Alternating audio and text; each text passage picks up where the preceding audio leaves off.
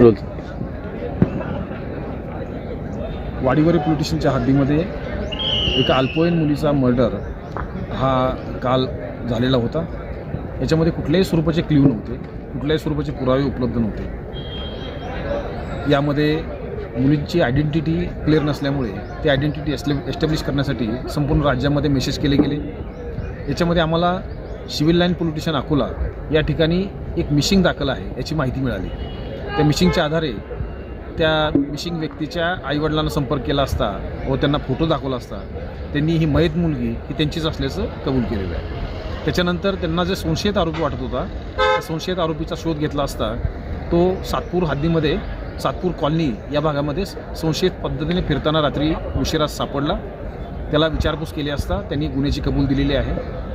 मयत मुलगी ही त्याची मैत्रीण होती, तिच्यावर संशय आल्याने त्यांनी बुलढाण्यावरून नाशिककडे येताना रस्त्यामध्येच तिचा मर्डर केलेला होता आणि तिचं प्रेत गाडीमध्ये टाकून या घटनास्थळावर घेऊन आलेला होता। त्याला साथ देणारे आणखी काही लोक आहेत, काही व्यक्ती आहेत, त्यापैकी एका व्यक्तीला ताब्यात घेतलेलं आहे।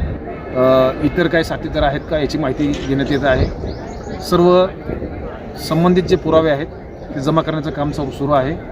वाडीवरी पोलीस स्टेशनचे प्रभारी अधिकारी या गुन्ह्याचा अधिक तपास करत आहेत।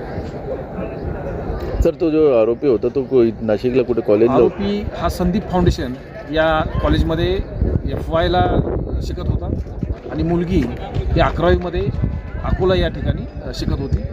हॉस्टेलला राहत होती मुलगी आणि हा मुलगासुद्धा या ठिकाणच्या संदीप फाउंडेशनमध्ये प्रायव्हेट रेसिडेन्समध्ये राहत होता। सर, तो मुलगा जो आहे तो मूळचा कुठला राहणार आहे?